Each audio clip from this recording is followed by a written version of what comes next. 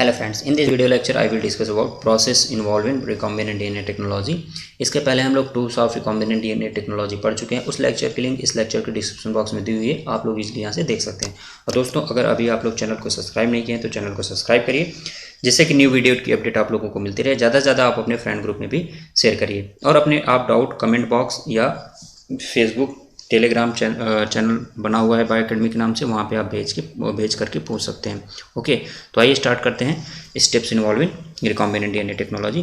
अब ये recombinant DNA technology होता क्या है? रिकॉम्बिनेंट डीएनए टेक्नोलॉजी का मतलब ये होता है कि जब हम लोग टू डिफरेंट डीएनए फ्रैगमेंट को आर्टिफिशियली क्या करते हैं, कंस्ट्रक्ट करते हैं और उसको किसी डिज़ायर्ड होस्ट में इंसर्ट करा करके डिज़ायर्ड प्रोटीन जो है आइसोलेट करते हैं, तो उसको इस पूरी प्रोसेस को हम लोग बोलते हैं recombinant DNA technology. Recombinant DNA का मतलब ही यही होता है कि construct the new genetic constitution by combining two different DNA fragment of different individuals. Okay, मतलब यहाँ पे अगर हम लोग क्या कर रहे हैं, ये हमारे पास एक होस्ट का डीएनए है, ये दूसरे होस्ट का डीएनए है। जब इसको हम लोग कंबाइन करेंगे और इससे बनने वाला न्यू कॉम्बिनेशन जो होगा डीएनए का, इसको हम लोग बोलेंगे रिकॉम्बिनेंट डीएनए। क्या बोलेंगे?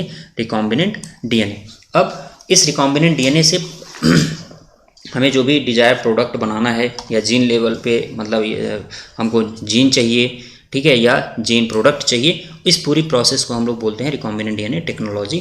अब यहाँ पे कौन कौन सी प्रोसेस जो है इन्वॉल्व होंगी, यही हमको देखना है। ठीक है, तो कौन कौन सी प्रोसेस इन्वॉल्व होंगी? फर्स्ट होगा आइसोलेशन ऑफ जेनेटिक मटेरियल, मतलब किसी क्या कहते हैं ऑर्गेनिज्म के सेल से हमको क्या करना है, डीएनए को आइसोलेट करना है, मतलब इस सेल को ब्रेक करना है। फिर प्रोटीन नहीं लेनी है, आरएनए नहीं लेना है, तो उसके लिए कौन कौन से मेथड यूज होंगे, ये हमको यहाँ पे देखना है। साथ ही साथ यहीं पे देख लेते हैं, अब इस रिकॉम्बिनेंट डीएनए कंस्ट्रक्शन के लिए हमको क्या चाहिए, एक प्लाज्मिड भी चाहिए। प्लाज्मिड क्या करेगा, ये वेक्टर की तरह काम करेगा। मतलब मान लीजिए हमारा होस्ट ये है और डिजायर्ड डीएनए यहाँ पे है, तो इसको यहाँ पे ट्रांसफ़र करने के लिए या तो ये डायरेक्ट ट्रांसफ़र हो जाएगा, लेकिन जनरली क्या होता है कि ये एक वेक्टर के थ्रू जो है होस्ट में ट्रांसफ़र होता है। तो हमको क्या करना है, प्लाज्मिड भी आइसोलेट करना है कहीं से, किसी ऑर्गेनिज्म से। अब कौन सा होगा ये डिपेंड करता है डिफरेंट प्लाज्मिड के ऊपर या वेक्टर के ऊपर कि कहाँ से हम लोग वेक्टर को यूज कर रहे हैं। जैसे प्लांट के लिए अगर हमको प्लांट होस्ट है तो उसके लिए वेक्टर अलग होगा, एनिमल है तो उसके लिए अलग होगा, इकोलाई है तो उसके लिए अलग होगा। ये पूरा मैंने एक सेपरेट टॉपिक तैयार किया है इसके पहले वाले लेक्चर में, टूल्स वाले में, उसको वहाँ पे आप लोग देख सकते हैं। ओके, वहाँ पे अलग पूरा एक टेबल बना हुआ है, तो आप लोग वहाँ से देख सकते हैं। फिर क्या करेंगे हम लोग, cutting the DNA with the help of restriction endonuclease. अब ये पूरा फ्रैगमेंट तो हमको क्या करना है, कॉपी बनाना नहीं है। हमको इसमें से क्या चाहिए, हमको इसमें से कुछ ही फ्रैगमेंट जो है चाहिए। मान लीजिए आपका फ्रैगमेंट कुछ यहाँ पे है और ये पूरा डीएनए का सीक्वेंस है। अब इसमें आपको क्या करना है कि पहले रिस्ट्रिक्शन डाइजेशन कराएंगे, मतलब आपको फ्रैगमेंट बन जाएगा। अब इस फ्रैगमेंट को अलग करना है, तो उसको बोलते हैं हम लोग सेपरेशन ऑफ फ्रैगमेंट। तो सेपरेशन ऑफ फ्रैगमेंट किससे करेंगे, अब हम लोग टेक्निक पढ़ेंगे जेल इलेक्ट्रोफोरेसिस। डिटेल में सारी चीज़ें पढ़ेंगे, बस अभी आपको स्टेप याद होना चाहिए कौन कौन से स्टेप होते हैं। फिर हम लोग क्या करेंगे, उस फ्रैगमेंट को आइसोलेट कर लेंगे, फिर उसकी कॉपी बना लेंगे with the help of PCR. अब नेक्स्ट टेक्निक क्या है, एम्प्लीफिकेशन। एम्प्लीफिकेशन मतलब फॉर्मेशन ऑफ कॉपी। अब यहाँ पे किस टेक्निक के थ्रू हम लोग एम्प्लीफिकेशन करते हैं, तो आप लोगों को याद होना चाहिए किसके थ्रू करते हैं, पीसीआर के थ्रू। आप लोग देखेंगे पीसीआर के थ्रू हम लोग एम्प्लीफिकेशन करते हैं। और आइसोलेट सेपरेशन किस टेक्निक के थ्रू करते हैं, जेल इलेक्ट्रोफोरेसिस के थ्रू। ये दोनों टेक्निक हम लोग डिटेल में पढ़ेंगे, बट आपको शॉर्ट उसमें याद होना चाहिए दोनों का काम क्या है। फिर हम लोग क्या करेंगे कि जो अभी यहाँ पे हम प्लाज्मिड आइसोलेट किए थे, उसमें क्या करेंगे, उसमें अपना डिज़ायर्ड फ्रैगमेंट, अब मान लीजिए ये वाला रीजन हमारा क्या करेगा, हमारे डिज़ायर्ड प्रोटीन को बनाएगा, तो इसको हम लोग इसमें लाइगेट करेंगे with the help of DNA ligase. उसके बाद इसको क्या करेंगे, किसी हम लोग होस्ट में ट्रांसफ़र कर देंगे। ओके, क्या करेंगे, किसी होस्ट में ट्रांसफ़र कर देंगे। अब देखिए यहाँ पे हम लोग लिखे हैं कि ट्रांसफरिंग द रिकॉम्बिनेंट डीएनए। अब क्यों रिकॉम्बिनेंट डीएनए पता चल गया, क्यों बोल रहे हैं इसको, क्योंकि ये हमारा डिज़ायर्ड फ्रैगमेंट है और इसको हम लोग कहाँ पे इंसर्ट किए हैं, एक प्लाज्मिड के साथ ऐड किए। मतलब ये जो डीएनए फ्रैगमेंट है दोनों डिफरेंट ऑर्गेनिज्म का है, ठीक है। तो ये हम ट्रांसफ़र करेंगे, रिकॉम्बिनेंट डीएनए किस में ट्रांसफ़र करेंगे, होस्ट में। अब ज़रूरी नहीं है कि जितने भी होस्ट हों, होस्ट सेल हो वहाँ पे, वो सारे के सारे इस रिकॉम्बिनेंट डीएनए को क्या करें, एक्सेप्ट ही करें या उनमें प्रेजेंट हो। तो ऐसे होस्ट सेल जिसमें ये ट्रांसफ़र हो जाते हैं, ठीक है, जिसमें ये ट्रांसफ़र हो जाते हैं, उनको हम लोग बोलते हैं ट्रांसफॉर्मेंट। ओके, ट्रांसफॉर्मेंट जिसमें ये नहीं जाते उसको हम लोग बोलेंगे नॉन ट्रांसफॉर्मेंट। तो इसमें देखिए 3 में से 1 में ही गया है, 2 सेल ऐसी ही हैं तो इनको बोलेंगे नॉन ट्रांसफॉर्मेंट। कभी कभी क्या होता है कि अब ज़रूरी नहीं कि जो हमारे पास प्लाज्मिड है सबके सब वो फॉरेन डीएनए को क्या करें, कैरी करें ही। उसमें से कुछ ऐसे होते हैं, कुछ नॉर्मल ही प्रेजेंट होते हैं। तो होस्ट तो में मान लीजिए ये वाला प्लाज्मिड चला गया जिसमें जो कि रिकॉम्बिनेंट नहीं है। ओके, जो कि रिकॉम्बिनेंट नहीं है। अब देखिए यहाँ पे 3 प्लाज्मिड 3 जो है वेक्टर हैं। अब 3 में से 2 तो जो है रिकॉम्बिनेंट हैं, मतलब यहाँ पे देखिए 2 कैसे हैं, रिकॉम्बिनेंट है। यहाँ पे हमारा फ्रेगमेंट है, इस वाले में भी हमारा डिजायर फ्रेगमेंट है, लेकिन इसमें नहीं है, मतलब ये रिकॉम्बिनेंट डीएनए नहीं बना। बट ये क्या हुआ, यहाँ पे ट्रांसफर हो गया। तो ये सेल भी ट्रांसफॉर्मेंट तो कहलाएगी, बट उसके साथ एक और कैटेगरी बना देंगे, रिकॉम्बिनेंट या नॉन रिकॉम्बिनेंट। तो ये कैसा होगा, नॉन रिकॉम्बिनेंट। क्यों? क्योंकि इसके पास क्या है, हमारे डिजायर्ड फ्रैगमेंट नहीं है और इन दोनों के पास डिजायर फ्रैगमेंट है। तो ऐसे ट्रांसफॉर्मेंट, अब ध्यान दीजिएगा, ऐसे ट्रांसफॉर्मेंट जिनके पास डिजायर्ड फ्रैगमेंट होता है, ओके, डिजायर फ्रैगमेंट वाला वेक्टर होता है, उसको हम लोग बोलते हैं रिकॉम्बिनेंट। ओके, और जिसमें नहीं होता उसको बोलते हैं नॉन रिकॉम्बिनेंट। तो आप लोग देख सकते हैं। उसके बाद क्या करेंगे, जब ये ट्रांसफ़र हो जाएगा तो यहाँ पे कल्चरिंग कराएंगे उस सेल की। अब इस सेल की हम लोग क्या कराएंगे, कल्चरिंग कराएंगे, जिसमें कि हमारा क्या हुआ था, ट्रांसफॉर्मेंट गए थे। मान लीजिए ये हमारे बैक्टीरिया होस्ट क्या है, ट्रांसफॉर्मेंट थी, और इसमें ये हमारा डिजायर डीएनए प्रेजेंट है। तो इसके कल्चरिंग कराएंगे। कल्चरिंग में क्या होता है कि सुटेबल मीडियम होता है जिसमें कि वो होस्ट सेल क्या करती है, डिवाइड करती है और नंबर इंक्रीज करेगी। उससे क्या होगा कि हमारा जो डिजायर फ्रेगमेंट है वो ज़्यादा से ज़्यादा अपना प्रोडक्ट बना पाएगा, या अगर हमको जीन जो है लेनी है तो ये ज़्यादा से ज़्यादा डिवाइड करेगा, तो वो हमारा डीएनए फ्रेगमेंट भी क्या करेगा, साथ ही साथ डिवाइड करेगा, नंबर ऑफ जो है बढ़ जाएगा इसका। फिर एक्सट्रैक्शन ऑफ डिजायर प्रोडक्ट, मतलब हम लोग अपने डिजायर प्रोडक्ट को क्या कर लेंगे, एक्सट्रैक्ट कर लेंगे। इसको हम लोग बोलते हैं डाउन स्ट्रीम प्रोसेसिंग देखेंगे, जिसके थ्रू हम लोग अपना डिजायर प्रोडक्ट एक्सट्रैक्ट करके मार्केटिंग लेवल तक ले जाते हैं।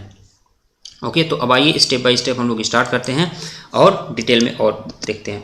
अब देखिए आइसोलेशन ऑफ जेनेटिक मटेरियल। तो आइसोलेशन ऑफ जेनेटिक मटेरियल के लिए आपको पता है कि बैक्टीरियल सेल, फंगल सेल और प्लांट सेल और एनिमल सेल, 4 तरीके की सेल हम देखेंगे। तो इन तीनों में तो क्या होता है, सेल वॉल होती है और इसमें सेल वॉल नहीं होती। तो इन बैक्टीरिया में कौन सी सेल वॉल होती है हम लोग देखेंगे। वहाँ पे जो होता है पेप्टाइडोग्लाइकन की बनी होती है, यहाँ पे काइटिन के बनी होती है फंगस के केस में, और प्लांट के केस में किसकी बनी होती है, प्लांट के केस में बनी होती है सेलुलोज की। तो इनकी सेल वॉल को पहले डिग्रेड करना है। तो सेल वॉल को डिग्रेड करने के लिए एंजाइम जो होंगे, जैसे बैक्टीरिया के केस में है हमारे पास लाइसोजाइम, ओके, या पेनिसिलिन होता है। फंगाई के केस में क्या होता है, काइटिनेज ब्रेक करेगा। सेलुलोज को ब्रेक करने के लिए हमारे पास क्या है, सेलुलेज है। तो with the help of these lysozyme, chitinase and cellulose हम क्या करते हैं, सेल वॉल को पहले ब्रेक करेंगे।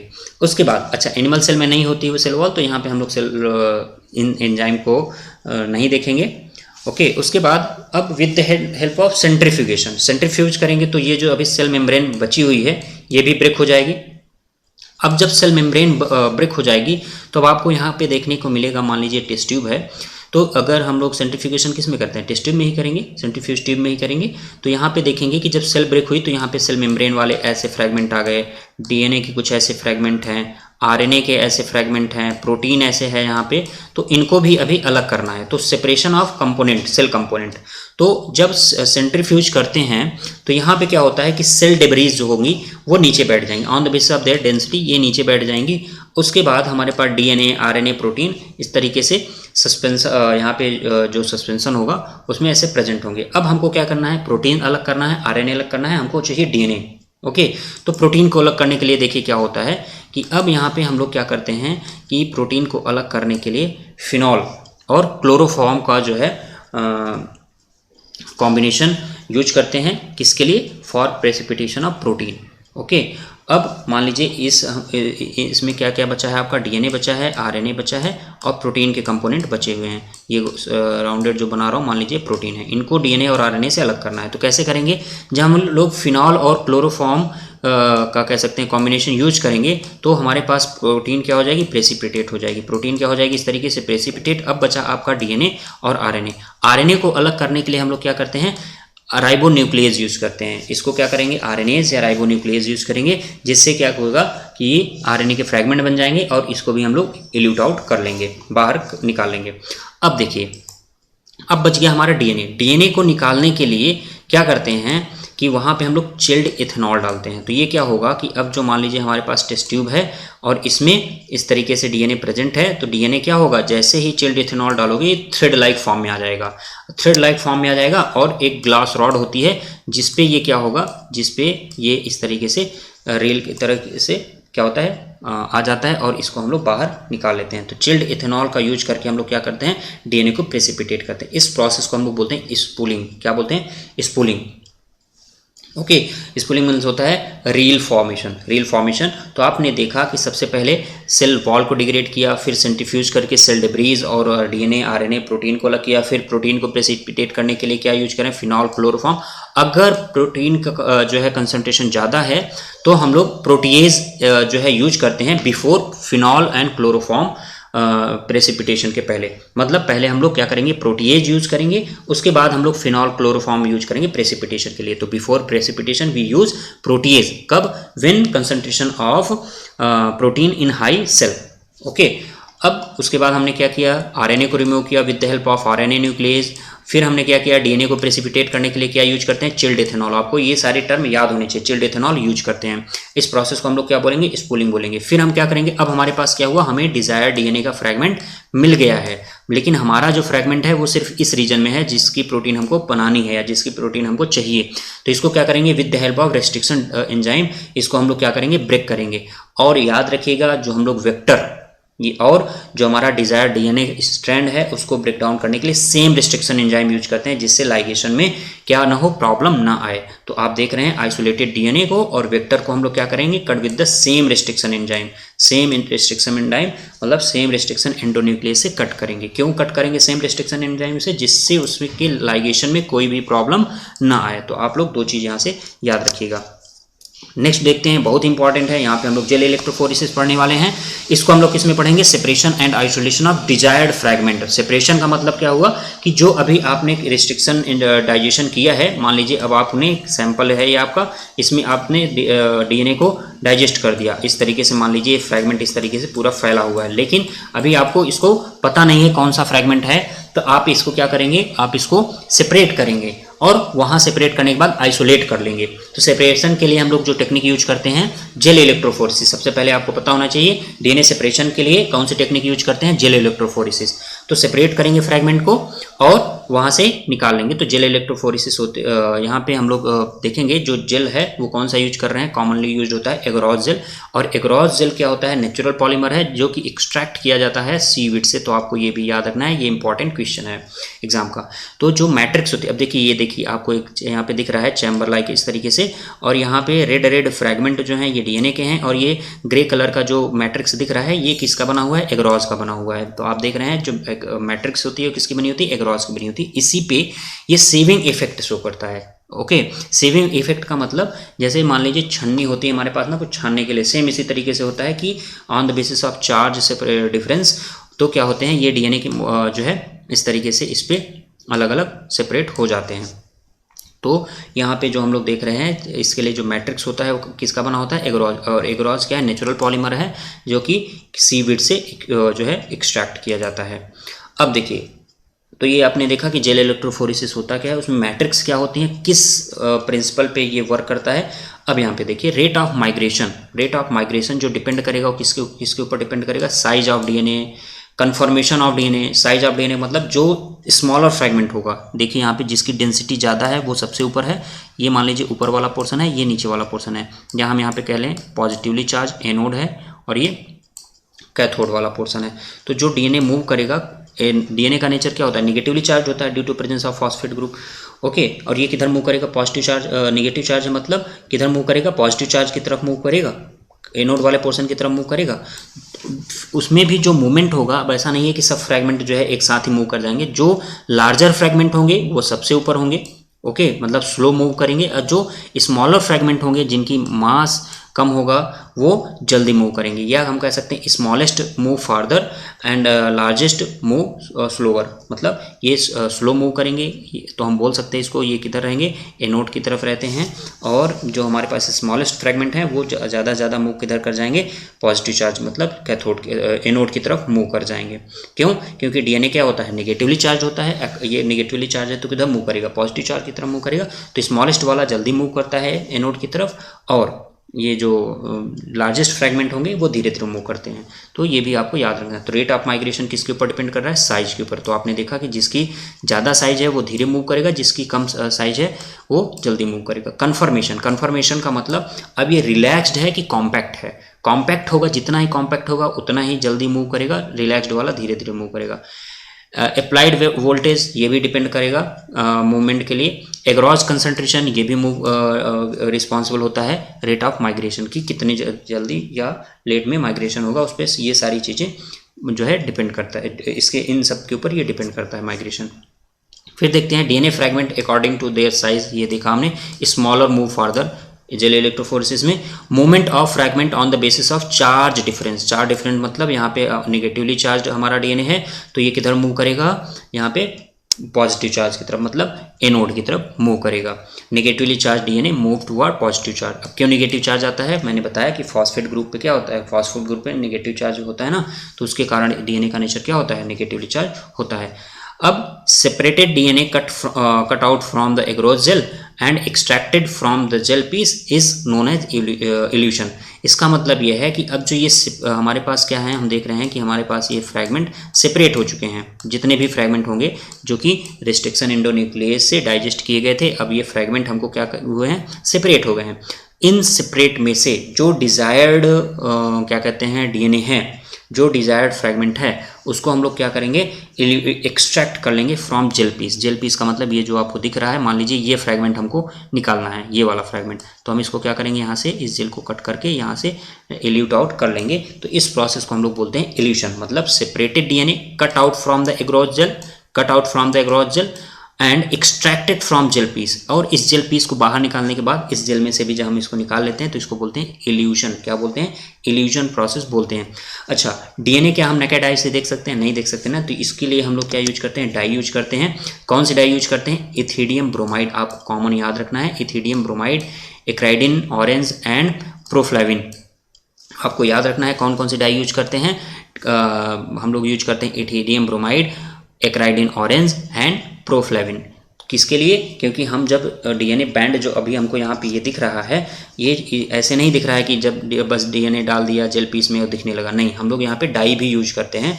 और जब यूवी रेज हम लोग पास कराते हैं तब ये क्या करता है, तब ये फ्लोरेसेंस के थ्रू हमको दिखने लगता है। तो यहाँ पे आपको ये भी याद रखना है किस लाइट में ये जो है हमको बैंड दिखते हैं, तो आपको याद रखना है यूवी लाइट। क्यों, क्योंकि हम लोग जब वहाँ पे पढ़ रहे थे डीएनए फिंगरप्रिंटिंग, तो वहाँ पे एक्सरे यूज, ऑटो रेडियोग्राफी हम लोग पढ़े थे ना, और मैंने बोला था कि यूवी रेज हम लोग देखेंगे कहाँ पे, जेल इलेक्ट्रोफोरेसिस में।